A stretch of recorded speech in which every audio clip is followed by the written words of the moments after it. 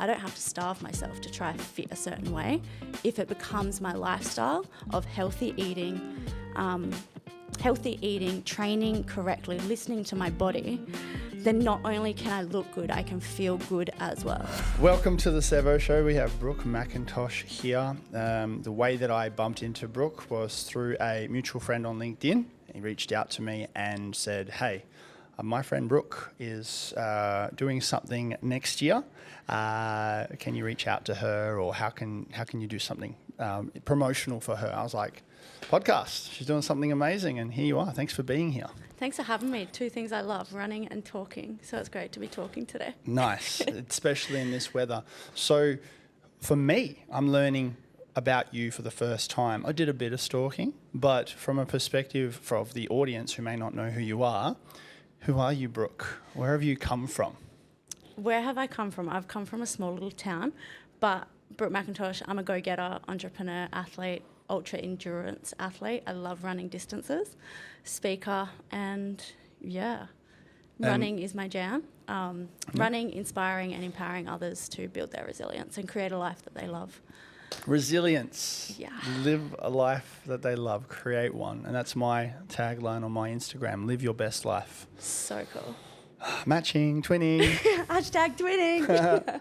So how did you get into running? Like, I couldn't think of anything worse. I played footy semi-professionally for in the waffle. Running I hated it. Fortunately, I was a ruckman and I could give it on a silver platter sometimes to the boys, and they just run on. I'll just catch up later. But when we did the 1K time trials and stuff, I was like, oh. You were last all the time? No. I wasn't last all the time. I wasn't last all the time. That was my goal. I had a peak in about 2014 before I did my ACL, classic. And then, classic footballer.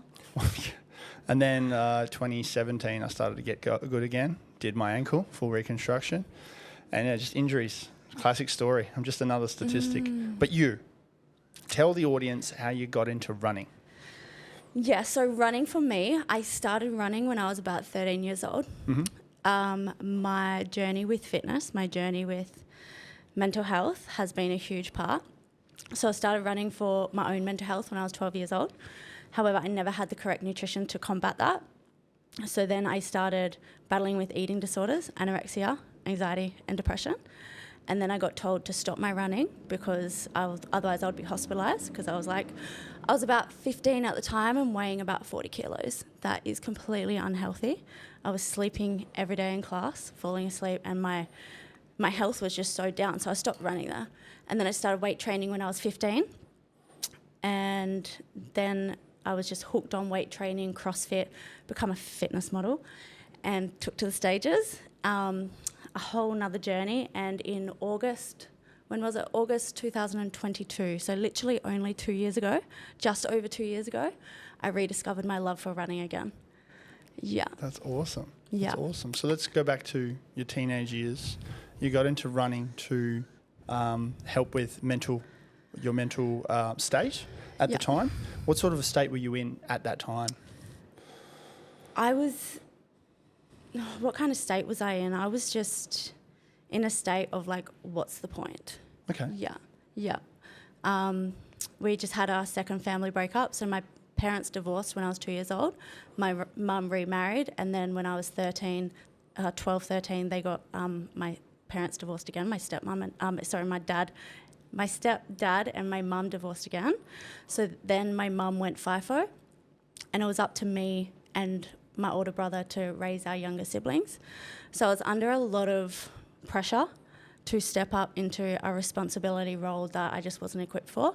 With that pressure along with school, it was just a lot. And the only time that I found a proper escape moment and bliss moment, I call it, is when I was out running. So every morning before school, I'd run 5Ks. Every afternoon after school, I'd run 5Ks. And that was my time. Yeah. Finding your time to... Did you feel like it was an escape? Yeah. It was an escape of my reality. Yeah. It was an escape of my struggles, the reality that I was currently in. Mm-hmm. And it was kind of my time to try and make sense of everything. Yep. But it was just my time to be happy. My time to be no one can hurt me. I'm invincible. Yeah. Awesome. When you were running like without any music, or were you running with something you would listen to? Yeah, at that time I was running with my headphones in, so listening to music. What sort of music were you listening to?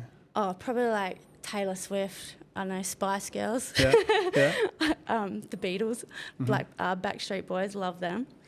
But yeah, it was definitely my time to escape. But what I noticed is, and this is where my eating disorders kicked in as well, was if I'd run more, I'd lose more weight. And then to speed up that process, if I eat less, I'd lose more weight. And because I was so self-absorbed on the image that I seen in the mirror, I was like, oh, this is what beautiful is. If I get slimmer and slimmer and slimmer, I'll look like the girls in the magazine. And what do they call that? Acceptance and models. And yeah. In terms of like a medical dysmorphia? Oh, body dysmorphia, yeah. And looking like now, only in the last 5-6 years have I overcome all of that. Yeah. Looking back at photos now, I just look at the photos of me when I was like 13, 14, 15, me when I was even 21, and I'm just like, that poor girl. I have a lot of young followers, some as young as your age when you were there in the starting points of your running and also at the starting points of your body dysmorphia.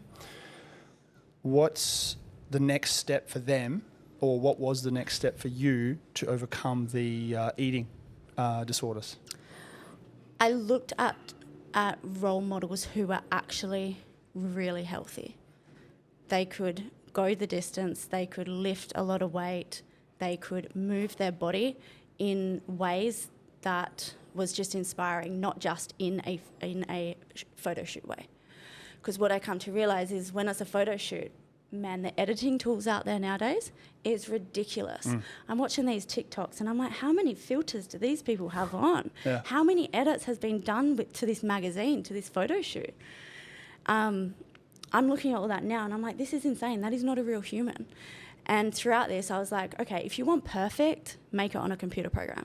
But if you want beautiful, if you want to become a beautiful woman, shape what's on the inside and that will ripple on the outside. And that's what I started doing. I started looking at these role models who could not only move their body, but they were a genuine human with a beautiful inside. And that's what inspired me to like start eating more, because I was like, okay, if I eat more, then I have more energy. Then I can become a better person. And it started not turning onto what I looked like, but more so what my body could do. And the rest just come about. It's like, okay, if I start eating more, then I look like I've got more muscles. I actually love my body more. How good's that? Yeah. Do you remember a specific moment or time when you discovered a specific role model that made you go, oh my God, and you just clicked? Yeah. Tell me about that. It was when I was 19 years old. I had just worked literally my ass off to get to stage weight on a fitness model stage. And the night before, I binge ate like 2 mud slices of cake, like massive, like, you know those Coles and Woolies cakes? I ate 2 of them to pump up my muscles. And then I made it to the stage the next day, and I was just looking around and just comparing myself with so many other females. And this is huge. Like, even for males, we always compare ourselves to each other. But then I went over to this one lady who actually won the competition. And I said, what did you do? Like, you just look so beautiful. And she's like, I didn't starve myself. This is just my natural figure all year round because I love my body. I move my body wholly and I eat so much food. Then she started telling me what she ate. And throughout her whole prep, throughout her whole year, she didn't diet or anything. It was just her natural lifestyle of eating the rice, eating the pasta, eating the pizza, going to the events that she wanted to do. But because she did all of this movement as well, it just coincided. Yeah. And that's when I was just like, okay, so if I eat more, and she was telling me about the weights that she was lifting as well. I was like, how can you deadlift 100 kilos and you should be stage weight? Yeah. And she's like, it's not a stage weight, this is a lifestyle. And I was like, whoa, okay. And that just like clicked for me. I was like, I don't have to starve myself to try to fit a certain way. If it becomes my lifestyle of healthy eating, training correctly, listening to my body, then not only can I look good, I can feel good as well. That's super important. Super important. To add to that, I remember when I was a personal trainer, my first business in my early 20s, I went and did a PT course, through the ropes, did all the, stuff. And I came into the gym and I had a mentor, great guy. nice guy. But I didn't know at the time it was the wrong thing to be taught. You know, lift heavy, eat lots, protein, blah, blah, blah, blah, blah. And he was always injured. He was always like, oh, my back hurts, you know, this. And then I looked at another guy, another trainer, and his clients were a bit overweight, not looking as good, not looking as healthy, but they were moving well. Yeah. But it didn't hit me at the time because I was like, you know, I was put into this kind of specific way of doing it. Mm-hmm. And that's what happens, normalization of deviant behavior, that's what it's called. And you go, it's just a little bit at a time where you're like, I need to get to stage weight. This person did it like this, I need to do it like that. And then you just become hyper obsessed, and then you forget, you know, the basics, the nutrition, the biology of a human, and what is natural versus what is, you know, stuffing up your thyroid. Yeah. Right? Yeah. And then, so when I changed my methodology, I read a book called Becoming a Supple Leopard by Kelly Starrett. Have you read that book? No, I haven't. But Incredible. Just stuff I've never seen before, never heard of, but just it made sense scientifically. And he's a doctor as well. He's like a doctor of movement. When I started applying that stuff to my clients, it made a world of difference. They moved better, and they made more of an effort to come to the gym because they weren't sore. They weren't unhappy. They didn't dread it. And then the weight started falling off. So it's like, I feel like your journey is similar, where you kind of had to go backwards to go forwards, but realistically, it was like, just do what you would normally do as a human being. Yeah. But where did we go wrong? What do you think? Like, where? Yeah. I feel like there's so much out there nowadays, and it's just finding what works for you instead of being like, that worked for that one person, I got to do it that way. It's like, we're human beings, we're so different in every single way. Do you think it's the marketing? Oh yeah, absolutely. You can't get an ab in 6 days. Well, sorry, you can. Is it the right approach? Is it the healthiest approach? Probably not. Yeah, No. I always respected that industry, right? I had a lot of friends who were bodybuilders, who do that, and almost all of them that I've talked to now, they go, I regret doing that. And I'm just like, wow. And I think it's because where the world is going, everyone wants instant quick fixes. Yeah. Sweet, if I can drop 10 kilos in 10 days, I'll do that. Yeah. It's like, what about your longevity? What about your health in the future? And one thing for me was females. The one thing, like, that distincts a female to a male, like, that just comes to my mind, there's plenty of other things, is our periods. Yeah. I didn't have my period for 8 years. And it wasn't because I was on birth control, because I wasn't. But I just didn't have a period for 8 years. I got it when I was 14, and then I lost it when I was 15, and didn't get it back until I was 23.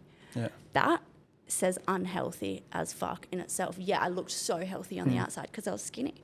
Yeah. I'm like, being skinny doesn't mean anything. How can you move your body? Do you love your body? Do you love the person you see in the mirror? That's what, like, true self-acceptance and honouring yourself actually is to me as well. Yeah. But it's like, people want the quick fixes. They do. But that comes to self-awareness, right? One of my main core pillars of educating kids is self-awareness. Nurture into that. Unfortunately, we're stubborn. Unfortunately, we get sucked into the norm of society and how we perceive the world, and if someone's doing this, then it must be the right way. Or how our parents taught us, we believe that is also the right way, which is not necessarily true. How do we go back to the kids in their, preteen and adolescent years to go, I know you're hearing this now and you need to kind of experience it for yourself to learn, but I'm all about prevention. What's your preventative message to teenage girls who find themselves in a similar scenario you were back then? Listen to your intuition, and intuition is a big word that's been thrown around hard out. But I always say one of my biggest values is curiosity. Lead with curiosity and listen to your intuition. Don't be afraid to question. And about a few weeks ago, I said this to my stepdaughter, and now she's starting to question me on everything. And I'm like, stop. But I'm also like, this is the best thing ever. Yeah. Like, don't shut up and sit down. Question. Be curious. Yeah. And if your intuition, if your stomach, if you can feel it in yourself, if you can sit quiet in yourself and you can feel it in you that something's different, something's wrong, you should speak up. Ask a question. Yeah. Well, why are we not doing that as much, you think? I have theories. I want to hear what do you think? What I think is it's easier to sit down. And not say anything. It's easier to sit down and not say anything. And a lot of the time, it's way harder to stand up and to speak your truth. And when you speak your truth and when you stand up, then people question you. And if you don't have the confidence to back that, if you don't have the confidence in your abilities or in your voice just yet to keep speaking, then we just sit back down because we want to be liked, we want to be loved, we want to be accepted. And acceptance is huge. Yeah. But if you can first accept yourself, accept your beliefs, and accept who you are, then the rest comes. Because when you try lie, when you try not speak up, when you try agree with something that you literally don't agree with, it will start eating you up inside. And it will continuously eat you up inside until you have the courage and confidence to be like, actually. Yeah. And that's what I did for many, many, many years until I was like 26. So at that age of 26, and how old are you now? 29. 29. Amazing. My wife's 29. Yeah. Twinning. She's pregnant. 13 weeks in. She's going to have a girl. I'm going to be a girl dad. I'm so excited. So cool. Yeah. So cool. By the time this is out, she's going to be watching back all your YouTubes and be like, Dad. But she's going to have a lot. That's the whole reason I'm doing this. So cool. Initially, like years ago, before, I've always wanted to have kids. And I knew that one day I would want them to look back at what I was doing and how I was thinking and how I perceived the world at that time and see the changes and go, man, 26, Dad, the fuck? What were you doing? Right? That is so cool though. Yeah, because there's not many people who do what you do. And you know, have you heard of survivor's bias? Mm-hmm. It's easier to talk about what you've done than what you're doing because what you're doing could fail, right? You're about to do this big run in March. How many Ks? 14,000. 14,000, that's how I say it? 14,000. 3 zeros. Yeah. Oh, Jesus. 1, 2, 3. Yeah. Is that even ultra marathon or is that like supreme universe marathon? It's just like in a category of its own. 14,000. So how do you... We'll come back a couple of times to where before you started this journey into the ultra marathon running, but we're here now. May as well go. What's the push? What's the belief that you can go? Yeah, 14,000 kilometers. I'm not going to die. To me, I'm like, it's just one more. Yeah. All it is just one more. And if you focus on the first step in front of you, anything's achievable. And that's all I'm doing. Love that. I'm training. I'm following the plan. And come March the 2nd, when I take off for the 14,000, all I know is all I've got to do is one foot in front of the other, and it will be achieved. Tell me your journey. Where are you starting? Where are you finishing? I'm starting at Perth City Beach at the Blue Tree. So I'm starting at the Blue Tree and I'm finishing at the Blue Tree, and I'm heading south. So I go like Mandurah, Busselton, Esperance, Nullarbor, Melbourne, Sydney, Brisbane. Finish on the West Coast. The West Coast is my home jam because I did that run last year. And that's my home stretch that I want to finish on. And I'll finish back at the Blue Tree. So you're doing a whole lap? Whole lap. Oh my God. 14,000. Amazing. 180 days. 80 Ks a day. 80 Ks. Wow. That's amazing. Yeah. March is good weather, right? Yeah, March is coming on the back end of summer. Logistical nightmare trying to do this thing. Like I'm just like, get me out there so I can run. Everyone else do the rest. But it hasn't happened that way. Yeah. So me and planning the logistics and the route, that has just been like so torture. Amazing. So with a couple of other runners recently, one that's recently come coast to coast. So cool. Ted? Is it Ted? Oh, I forget his name. Ned. I'm sorry, I forgot his name. I'm so bad. I was watching the journey. I'm like, my God, right? Elite, yeah. And is it the guy from the UK?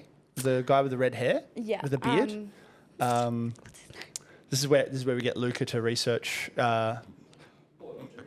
Put it up, Jamie. He did around Africa. Yeah, I'm Africa running run. the entire length of Africa. Yeah. What's his name? Yeah. Redhead that ran a while. Russ Cook. Russ Cook. Oh my God. So do you like talk to these guys? Do you know them? Do you? Nah, not yet. Not yet. Not yet. Not yet. Not You'll yet. be in amongst it. In amongst it, I've followed exactly what they've done. Not exactly what they've done, but I've followed what they've done and everything. Definitely grabbing a lot of tips and stuff from there. But it's the runner's world.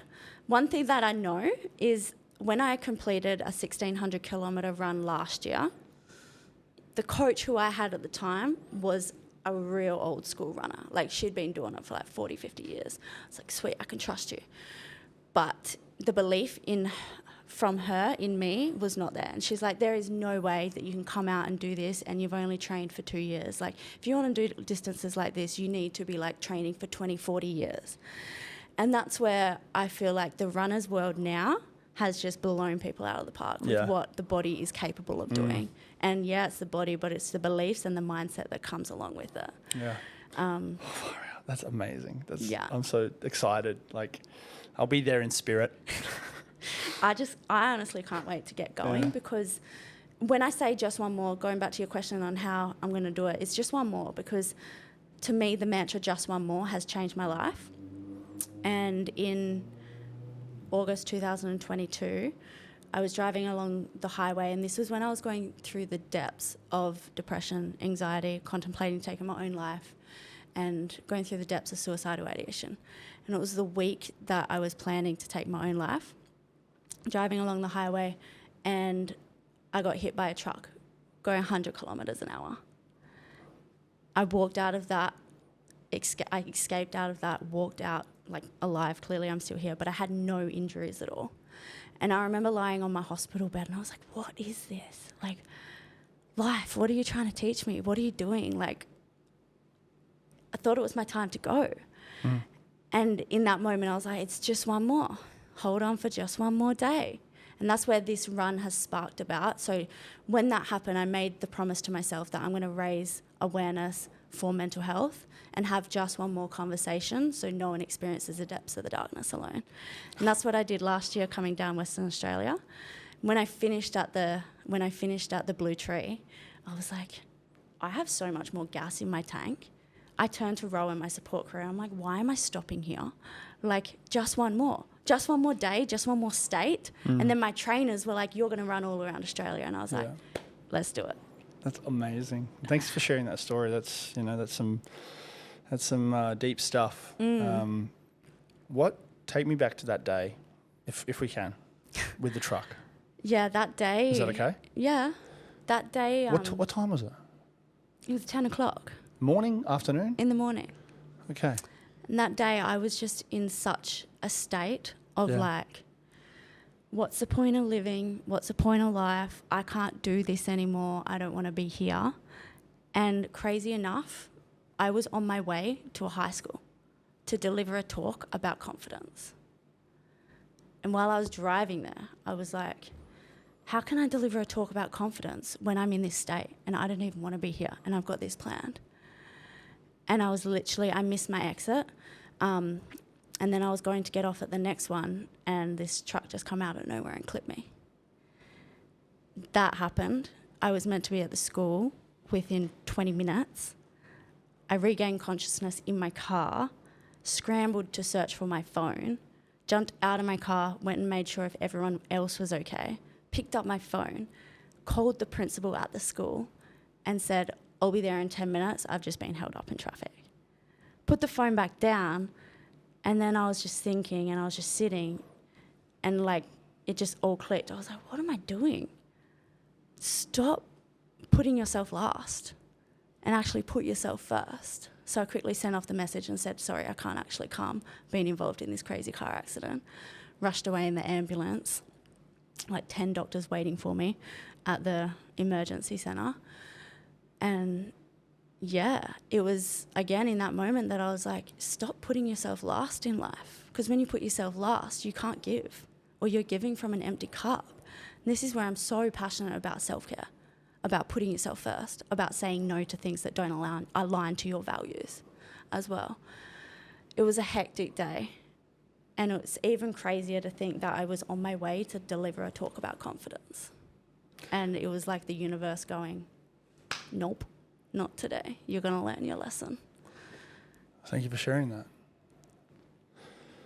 With that moment, what was the next couple of weeks like for you since you had that force of nature come in and go, hey, you're manifesting something. This could be it. It could have been it that day. how did you go from there in terms of the next 2 weeks? Well, I managed to get my way out of hospital like that day because I was like, I'm not staying in here. You can do all the scans you want, but I'm fine. I've got no scratches. Severe whiplash, so it was a lot of chiro sessions. And then I reached out to my community. I reached out to my community that I was in called K2 Elite, Kel and Ray Elite. And I reached out to them and I was like, guys, I need help. This is what's been going on and I need support. And through that, we had a lot of conversations. I seek professional help. I did a lot of, I seeked a lot of different professional help from breathwork to psychology, different modalities. And then from there, it was building up my own toolbox and my own resilient kit and my own self-care kit and putting myself first every day. I then returned to my FIFO job. I was driving trucks as well at the time. So then I returned to my on-site work and I just remember it was about 6 months afterwards. Oh no, actually it was about 3 months afterwards, October, November. And I just remember lying awake at 2:00 in the morning in my bed and I'm like, this still is not what you're meant to be doing. And that's where I was like, when I went back to site, I started having these conversations with the guys, like, how's your mental health? How's your family? What'd you do on the weekend? How's your kids? And they started opening up to me and they were like, oh, like a lot of them said it wasn't good. A lot of their mental health was really bad and really poor when they were on the site in these isolated, but they felt like that they couldn't talk to anyone. So I started doing this on my time back on site and I was lying awake 2:00 in the morning and I was like, cool, this is one person a day that I'm helping, but I want bigger. Like I want bigger conversations. I actually want to help these people, not just with one conversation. And that's where I was like, you know what? Pilbara, home to a lot of FIFO workers. Perth, my home now.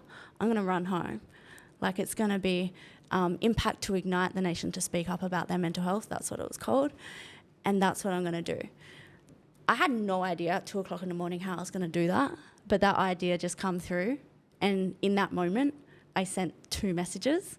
I sent a message to a guy called Nick, who is a part of that community that I was in. And I sent a message to my older brother. And this is the importance of believing in yourself, but not relying on your family members to believe in you before you do anything in life. So powerful. So big. Because hadn't I sent that message to Nick and had I just relied on my older brother to give me the validation, to give me the tools, to give me the steps on what to do, it wouldn't have happened. There was no belief there. He just shot it down. He's like, you're an idiot. You're going to give up at any sign of adversity, yada, yada, yada. But now I know that that is what I had been doing my whole life as well, because it wasn't my goals, it wasn't my dreams to chase. So, of course, if something gets hard, I'm like, chuck it in the bucket. Yeah. But then because I reached out to Nick, he helped me and he held me accountable to be like, sweet, let's go. Here's my physio. Here's my chiro. You got to get a running coach, got to get a strength coach. This is what we're going to do. And he helped me like plan out the journey. Amazing. Yeah. And you touched on accountability. Mm-hmm. It's the single most important thing to get things done. It is. Whatever it is you want to do. Yeah, because the easiest person that you'll give up on is yourself. Exactly. Because no one's watching you and you. And that's where I have been looking into and how to help my people, my community, or communities, the young kids, the teenagers, the transition into adulthood, and people my age and older. I had a 52-year-old the other day have a session with me, and he said, I've been doing this for 30 years and I'm no further ahead or happier. What do I do? Right? And he came up with this, he told me about this word. It's called ask hole, A-S-K, hole. It's like asshole, but ask hole. What's an ask hole? And the definition is when you ask for someone for advice or help or validation, and they give it to you, they give you the steps, they give you the first, process that you need, a plan, playbook. You go, thank you so much. Oh my God, I'm inspired. But then you don't do anything. And then you go back to them 3 months later and go, hey, can you help me again? But that person who's being asked for the same advice again the second time should just say straight away, you're an asshole. Go back to what I told you at the start and do that. Sorry for the interruption, but this show would not be possible without the help of Bright Tank Brewery. They are the major sponsor of the Sevo Show. Huge shout outs to them. Check them out. Great beers, great people, great everything. And well, let's get back to the episode. Yeah. Because that is it. Expecting me to give you something different the second time is insane, right? You know the definition of insanity. 100%. Doing the same thing again, expecting a different result. And I was like, wow, you know, this guy taught me something in this session. But he identified himself as an asshole. And me as a former school teacher, my favourite story is when I was becoming a school teacher. And I had a 2-week lesson to teach the kids maths. And I'm a science and PE trained. Maths is okay. Year 8 maths is fine. I was like, okay, I'll give it a go. He gave me a book to give it to him. Here's the chapter. Just cover this in 2 weeks. Take any notes of any kids not doing anything. But the second day, I was like, this isn't going to work. So I made a traffic light system, kept them accountable, put it on the board, blank sheet of paper with all their names they could see, everyone can see. Yellow if you're in progress, green if you've done everything for the day, and if you finish early, cool, do whatever you want. Red, you didn't do enough. Halfway through the week, they were complaining, sir, you're calling me out. You're showing other kids that I'm not doing any work. I was like, no, I'm not. You're doing that. And then week 2, greens. Yeah. And the best thing is I had a full-on color-graded, I'm a visual learner, so it's my thing. Color-graded step, like lesson by lesson, every student, I didn't even have to take notes, the colors, because maths, it's binary. Yeah. Gave that to the teacher. When he came back, I got a job the next day. They were like, holy shit. It's so cool. And I'm like, is that not like normal? Is that not like a thing? Keeping kids accountable in creative ways? Yeah, verbal accountability is one thing because you can always just be like, nah, I'll do it tomorrow, I'll do it tomorrow, I'll do it tomorrow. But how you did that, that's brutal, but that's epic. They appreciated it. Yeah. They complained. Yeah. They had a bit of resistance. Yeah. Everyone's going to resist. It's human nature. Yeah. But how badly do you want it? And I But remember, what you resist persists. And it's like if you're going to keep slacking out, then... Yeah, exactly. Yeah. And over the last 10 years, so we're going to cover the entrepreneurial journey now, because I want your thoughts on this. Over the last 3 businesses I've done, personal training, photography / wedding photography, advisory, business marketing and business development. The one thing that stood out for me is I am more successful when I get to choose my clients. Oh, yeah.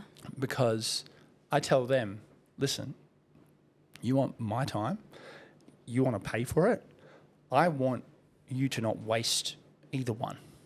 I don't want to waste my time or your money.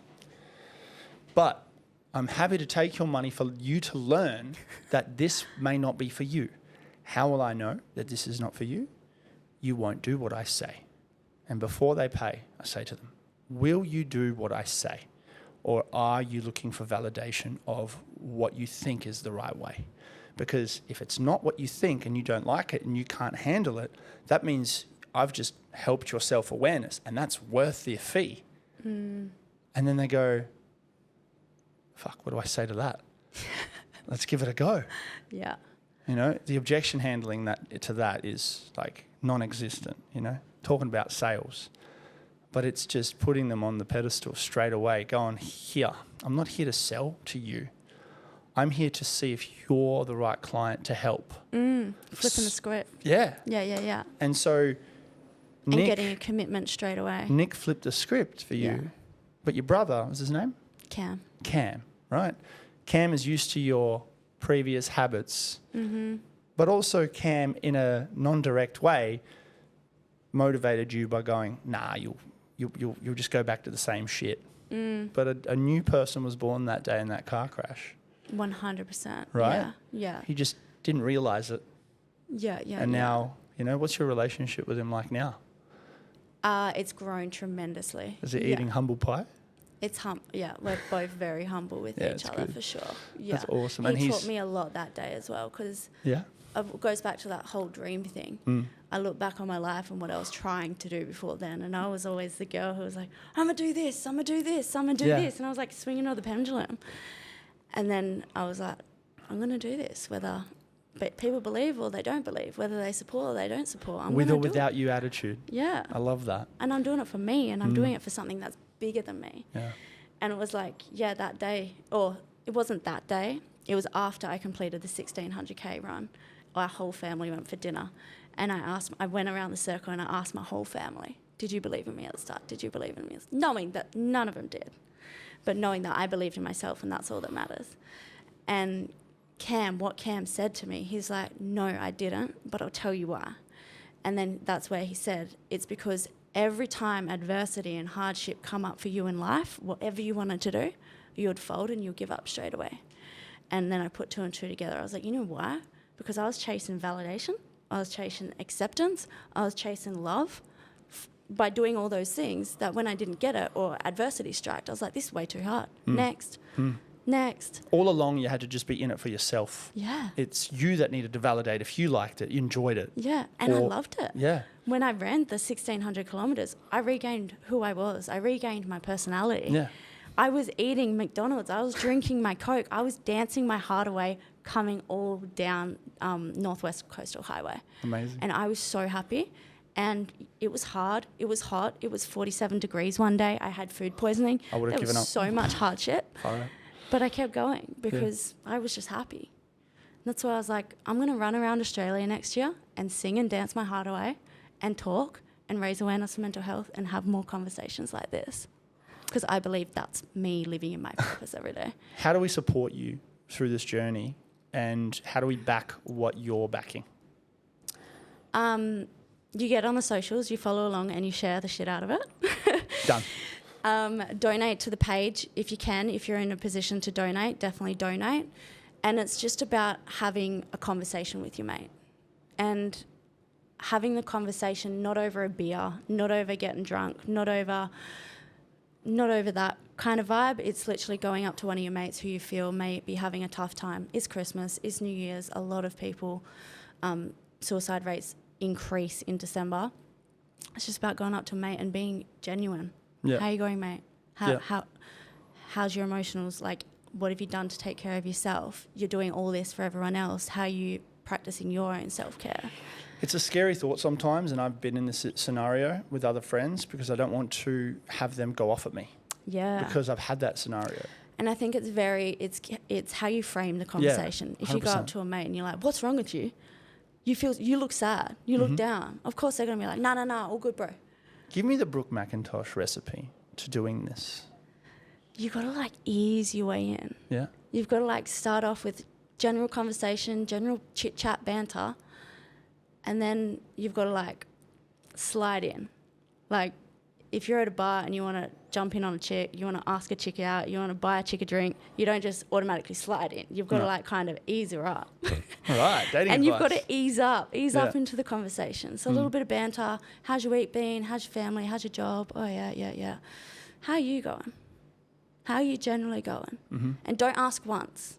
Once is like, good, cool, I'm fine. You got to ask twice, sometimes 3 times. And it's like, yeah, but it's all good and well to be good, but how are you generally going? Normally by the 3rd time, and it's sincere, it's genuine, they're like, actually having some problems with my missus, actually feeling the financial stresses, don't know if I can buy everyone a Christmas present this year. And that alone puts so much pressure on people. Like Christmas time and New Year's, Yeah. I haven't achieved stuff in this year. Yeah. I'm a failure. I feel like I should have done more. And just to remind them, like, look at where they are now, look at what they've got, 3 things you're grateful for, look at what they've got around them, and that can sometimes put them in a better mood. And follow up with them. So if they are down, have the conversation, let them know you're there for them. A few days later, follow up with them. Don't just leave them hanging. Follow up is huge, especially the account. That's accountability, right? Accountability again, yeah. And like I've been doing some sessions with friends about their situations. I've had friends who've put out, the close friends, the green circle on Instagram. Yeah. And they're saying, I am rock bottom, I am broke, I am upset. And I'm like, I just watch this. I'm not going to go past and not do anything. And I just reach out and go, hey, give me your best available time to have a chat. Because this is a cry for help. And I've had people that go, Goosebumps. Yeah. absolutely, let's go. Let's do it. Thank you so much, Sev. I don't want to take up your time. I know you're busy. I was like, this is important. Mm-hmm. But I also get people who don't respond, or they instantly have like a bounce back. I don't want to say excuse, but it's just disheartening. Because they put up the wall. Yeah. And I don't want them to see me like that. No. I'm strong. I'm independent. yeah, but it's like, Stop. it's creating that safe space. And, you know, sometimes people do need tough love, but there's a time and place. But just someone to talk to, you know, bounce off of. My favourite thing in the world in terms of my maths teaching is identifying everything as literally a problem with numbers and letters and the formula. And the secret to it is you know some of the variables in your problem. You just have one or maybe two things you don't know. And then it's just a process of, can you find out that unknown through moving around the variables in that equation to press solve, like you do on a calculator, or can you source the unknowns through someone by talking to them, saying, hey, this is how I'm feeling, I'm not sure. Therapist, close friend, parents, you know, close relative. And people don't do that because they don't think they can, or they don't believe they can. They feel like it's a waste of time. When you were before your crash, what blocked you from doing all of this initially? And you just went, you know what? This could be it. Do you remember that time? Felt like a burden. Yeah. You felt like a burden, exactly. Yeah. So I didn't want to be a burden on someone. Because I was like, they're busy. I can't talk to them. They've got other stuff going on. They've got their own shit. But in reality, it was me. Yeah. I was blocking my own way. Yeah. And when I did ask for help, I didn't even know what I was asking for help for. I just said, I need help. I think this is the most important question today. How can someone in your scenario, pre-truck crash, ask for that help? Firstly, acknowledging they're not okay, acknowledging that they don't feel okay, and literally just saying, I need help, whether that's from a close friend, a family member, or going to someone in their community.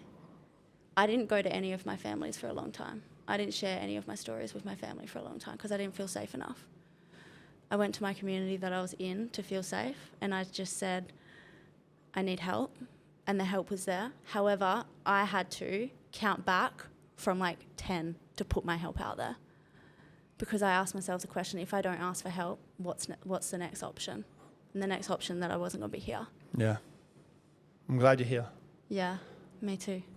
Let's put this now to a more positive spin. Your work, you're an entrepreneur, you're a coach. Tell me about that. I love it. It's so challenging sometimes, but I love it. I would never change it for the world. We manage Airbnbs and do interior designs. Amazing. Really, really cool. That's my full creative side out there. I love my team that I get to work with as well. Yeah. It's, Did you have to get any qualifications or anything like that? no, it's just creativity. Creativity. And in entrepreneur world, you learn a lot along the way. Bookkeeping, finances, mathematics, all the stuff that they don't teach you in school that I had to learn along the way. It's been a complete journey. You got to earn your stripes. You do. But there are people out there that can help you earn your stripes sooner. And you have to investigate and do the research into those people before you hire them. Absolutely. Otherwise, it is a massive costly mistake. Oh, dear And Lord. I've learned that. Dear Lord. Yeah. What's your one tip of researching people to see if they're legit or not? Go to Google reviews. Yeah, don't just do word of mouth. Word of mouth, great, but do more background. Google reviews. Ask them for references. Yeah. Do an interview process on them. Yeah. Even if like they're actually doing something for you, like they're coming into your business to be a bookkeeper. They're coming into your business to set up systems. Do research. Amazing. Because you interview them. Great. And do that slowly. Don't rush into it. Now, just a little bit of a segue back to Airbnb management. Now, this isn't an attack on the industry. This is just curiosity about housing. I've been reading a lot about Airbnb stuff. What is the go with Airbnb in Australia and having a short-term stay potentially affecting people being able to rent or buy a house? Yeah, I completely agree the rules that are coming in, and I completely agree that the rules are only going to get harsher and harsher because housing crisis is huge in Australia. And Australia is lagging behind massively compared to America. So we watch the trends. What's happening in America is soon going to happen in Australia. About 4 years, I reckon. Yeah. Yeah. America boomed. Airbnb boomed in America. It's boomed in Australia, and now the government's cracking on, which is fair. And I definitely believe there's time and places. Like in the residential areas, come on. We need to put our residents in there. We need to put our Australians in, we need to put our community in there. Yeah. Not have bulk short-term rentals because you can jack the prices up and get crazy amounts of income. And then it's also like on the flip side, crazy amounts of income because you can charge higher nightly rates. But there's still got to be rules and parameters. And so what Australia is doing now by implementing those rules, the new laws and legislations, I'm like, fair's fair. It had to happen one day. I love that you're embracing that and you're aware of it and you have that ethical understanding. I've talked to a few real estate agents who just goes over their head. They just go, oh, the market's the market. We just pivot to it. Yeah, the market's the market. How do you pivot to business. it? As an entrepreneur, how do you pivot when something is not in your favour? Or it may feel like it's not going the right way ethically or in a way that probably is... I'm not saying that's Airbnb, but do you know what I mean? You get creative. You think outside the box. Exactly. Stop being inside this box. This is the only way I've ever done it before. It's like, okay, cool. Yeah. That's coming. That's happening. Yeah. How can I be creative, think outside the box and be one head of the game before everyone else catches up or before this actually happens? And trust the process. Trust the process. If you're meant to be in it, you'll be in it. Yeah. And if you don't move fast, if you don't think quick, move fast and with intentions, you're screwed. Fast with intent, keeping accountable and keeping in touch with yourself. So many nuggets today. Yeah. We have this equal sign in the maths equation. Going back to maths, I love it. When you put it on the other side... maths, so sorry. Oh, yeah. When you put something on the other side of the equal sign, it becomes the opposite, right? It becomes a negative, right? It becomes a divide, whatever.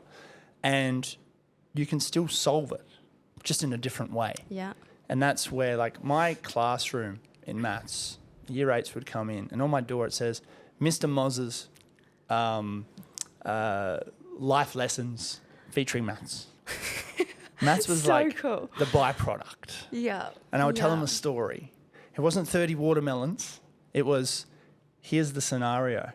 And my favourite lesson was when I had my TikTok was growing, and I would literally give them my analytics. All right, guys, let's play some predictions. Where am I going? If I'm at 50,000 today, that's so cool. How many followers do you reckon I'll have in 3 weeks at this rate? You know, probability prediction, all that. Yeah, and you've got to tailor it to who you're teaching. Yeah. Like, man, if you were my maths teacher, I would have soared. But no, I just got told I was dumb. What's been your favourite feedback from someone you've never met but has heard you or seen you before that's been touched by your words or your story? That I've helped them see the way out. Yeah. See a way out that they never thought that they could see before, for sure. Out of all the views and all the followers you can achieve, what's that weighted compared to everything else? So much. Like, to me, I love my community, I love my followers, but it doesn't matter if I'm not impacting someone's life. I could have 1 million, but if no one's listening to my message, then I'm like, give me 100 who I can speak to. Quality, not quantity. Yeah. Yeah. And I think that's what my whole life has become, is like quality. Mm-hmm. Instead of seeking validation from the quantity and the masses, it's like quality trumps it. Yeah. Quality trumps it. Quality always. Quality always. You learn through the quantity, and then you acquire the quality, and then you can do both. Yeah. You know? Mix both, have a bigger impact, yeah. My biggest problem is the pivoting stage. It's always nerve-wracking, and I've done it, I think, every 3 or 4 years. Yeah. I change. Yeah. That's my thing. But this time I've got something stable. Well, not stable, I'm committed to it. Like, building this studio has been an absolute head case. Like, every day I feel like life, like a job goes past. My day goes so quickly. But compared to my 20s, when my day went so quickly in a 9 to 5, I hate it. When I get home, now it's more purposeful. I'm like, oh, I can relax, but I can't wait to get up again. Yeah. Oh, it's Sunday. Oh, Yeah. I get a little bit more time to sleep in with my wife. Yeah. Oh, she's pregnant. Let me feed her. Be dad soon. And that goes back to, I've heard this quote a lot, like confidence breeds success. Yeah. Success breeds confidence. And the missing link between all of that is, but courage and resilience first builds the confidence to be successful. You can't have confidence without courage and resilience. You could not have this studio if you didn't have courage to go out and do it. Yeah. If you didn't have resilience to back yourself. And now the confidence you've got and the success is all here. You've got it. This is a dope studio. Thank you. Second one coming along. I can't wait. It's going to be sick. It's going to be sick. Where's the second one? So the second one's being built in Myree. Oh, nice. So I built this with my wife. She's an interior designer as well. She works from home because she can, I helped her build her business. And she got a recent gig sketching up an attic to make it a livable space for a couple in New York. So cool. Yeah. And they found her on Instagram through me pestering her going, post more, post more, post more, right? How good social media? So good if you use it right. Yeah. Right? I'm against it being banned from the kids because, come on, guys. I've got shit to say to the kids. I've got next year. I'm hoping it'll somehow be thrown away or there will be some sort of alternative. But my obsession now turns to what will the kids be doing next? Where will their attention go next? I hope back outside. So do I. Now, YouTube, is that classified as social media? You can interact on there, comment and things like that. You can get it and you can watch a YouTube video without having to sign in, right?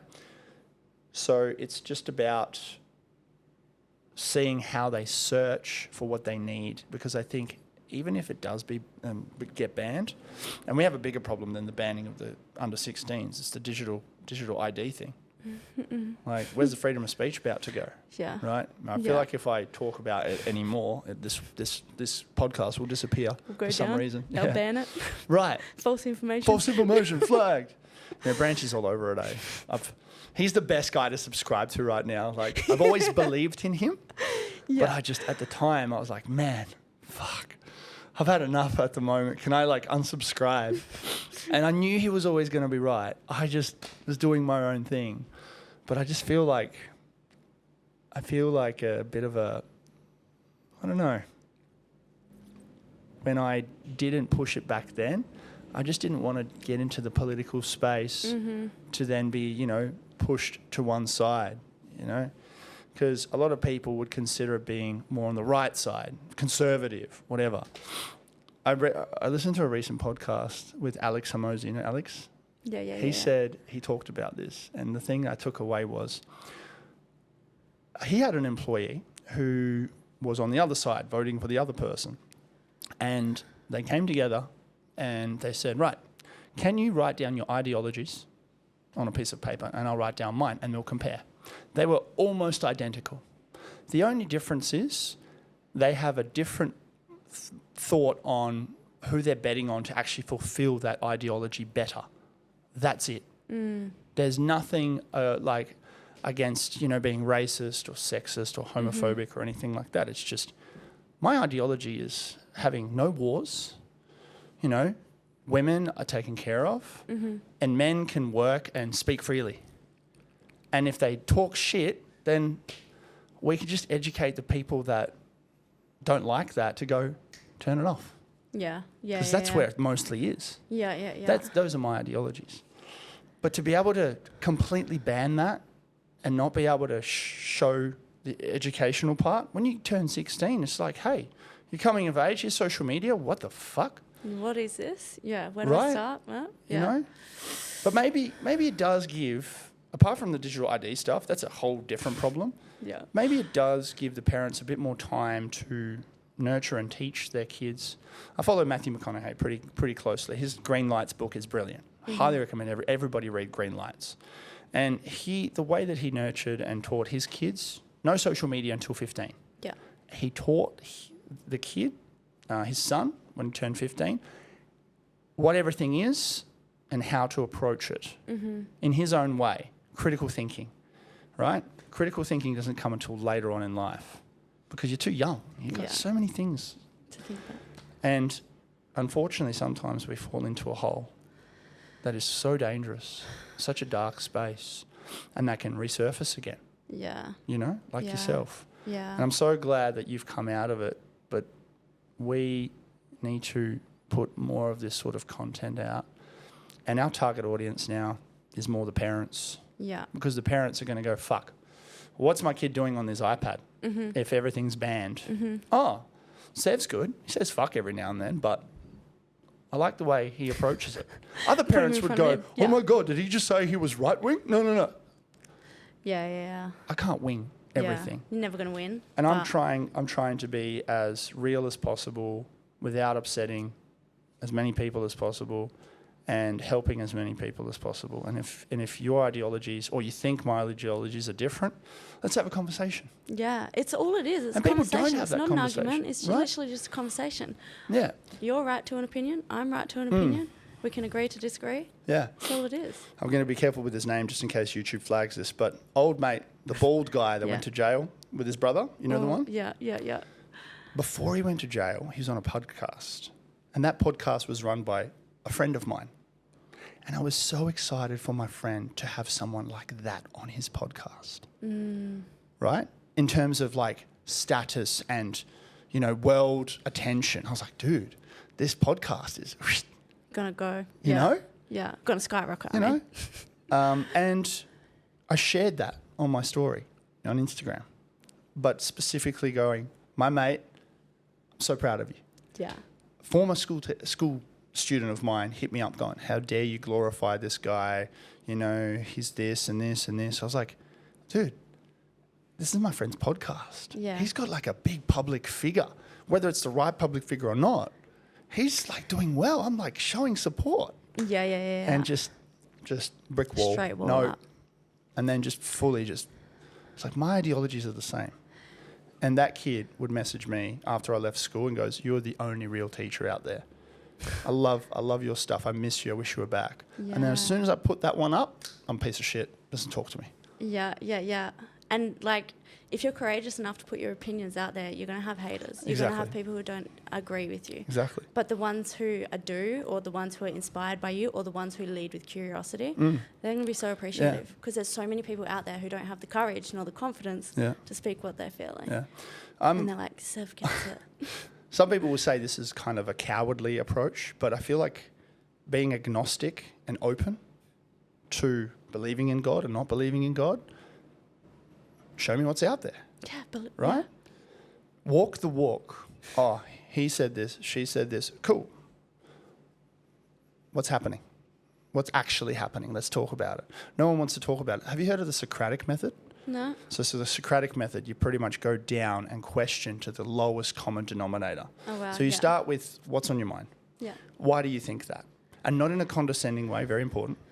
And then go from there, what got you to the point of believing this? When, and this is my favorite question, when can it not be true? And that's where the critical thinking starts. Because it's like sometimes when we get told something, we're like, that's true. I'll hold on to that belief forever. Yeah, Cool, and that that's how it becomes part is. of their personality. So- And in anything that challenges it, they're just going, oh my God, Yeah. right? Yeah. But that's where critical thinking comes in. So Yeah. I call myself like the black sheep of the family. Yeah. It's so cool. And I do a lot of, like, people call it woo-woo stuff and stuff like that. And I'm like, it's just me doing me. Yeah. And it's me finding what works for me. So I'm like people say God, believe, spirituality and stuff. I'm in all that. I love it. I find what works for me. Love it. And then I follow through. And I've started sharing more and more of me working with my quantum master healer in light work and like spirituality. And people are just like, what is going on? Nah, she crazy. She out. But I'm like, it works for me. It helps my body maintain a really good physical condition as well. So I'm going to keep going. It's funny as. We have this phone. It's collected a bit of dust, so be careful. Have you ever seen a phone like this before?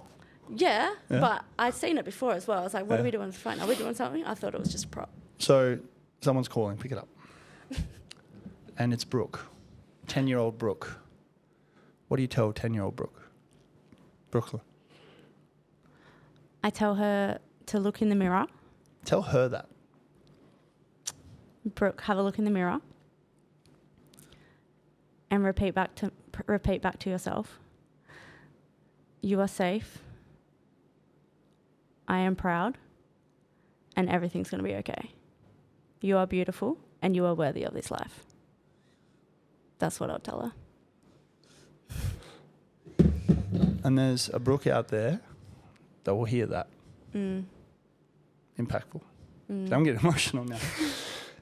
I've got another segue. It's called Pod Decks, and it's just quick fire questions. But you get to choose the category. So spin through this and choose a category, and I'm going to ask you the questions from there. Now?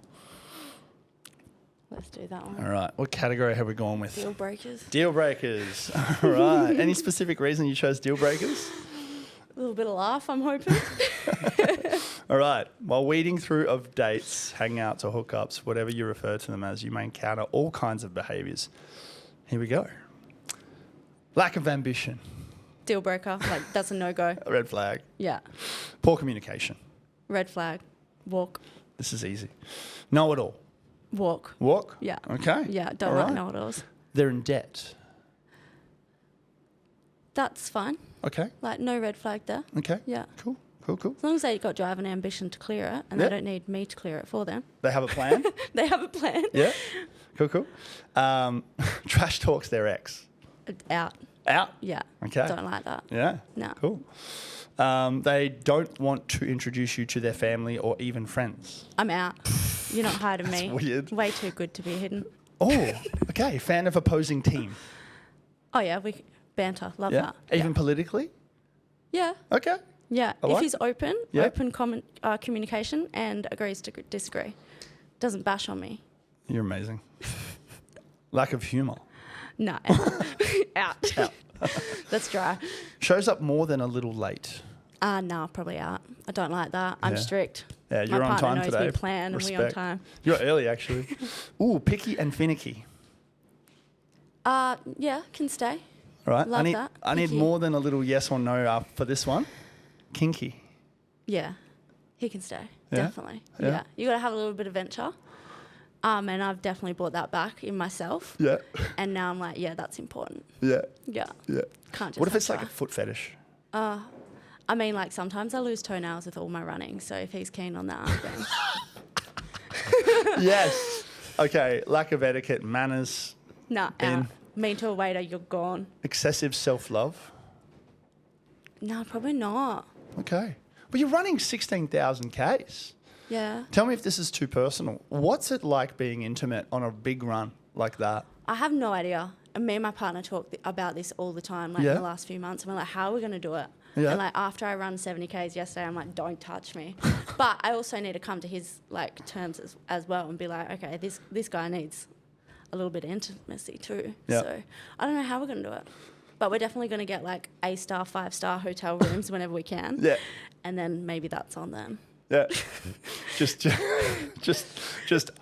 I'm on the bottom because my legs are fucked. Oh, yeah, he knows that already. Like if I've done a long run, he wants some action. I'm like, you're on top. Yes. I'm starfishing. Nah. All right. Cool. How we good? Yep. Hot temper, anger. Hot temper, anger. Yeah. They're angry. Oh, no. Bin. Go do some work. Bad kisser. Go do some work. No, not don't go do some work. I can coach you and we can help. I mean, yeah. We can improve on that. Smokes or does drugs. Nah, out. Okay. Abusive behaviour. Out. Gets super drunk. Out. If it's regularly, it's out. Yeah. If it's once in a blue moon, yeah. Lies to people. Out. Lives too far away. Still, yeah. Just run there. Yeah, just run. As long as he's got a massage waiting for me, just run there. Unemployed. If he's self-employed. Oh. If he's an entrepreneur. All right. Otherwise, nah. Okay. Hooked on their ex. Nah. Bin. Too many pets. Bin. Bin? Yeah. How many's too many? One dog's enough. That's it. No more. Constantly cancels plans. Nah. Boring texter. One word answers. Yeah. I mean, it really annoys me, but if you can pick up the phone and give me a call, we can stay. Okay, this one's a no-brainer. They're obsessed with money. Can stay. Yeah? Yeah. Entrepreneur? Yeah. Yeah. As long as they're obsessed. I need that in my life as Yeah. well, the balance of Yeah. it, because I'm like crazy. We can do all this. And it's like, we need logic. What if they're indecisive? Nah, out. Now? Yeah. No good. Control freak. Out. Doesn't like children. Out. No car. Out. Really? You I'm just not your run? taxi. Oh yeah, you need a lift after you run. Yeah, I'm not your taxi. Negative chatter. No. Oh, they lock their phone. This is an interesting one. It's a no. Okay. Like, sorry, you can lock your phone, but like if you're hiding stuff, that's an absolute no. I think we're writing the Bible here, just really quickly on dating good people. Write down some notes. Right. If you're listening to this. Don't care about your opinion.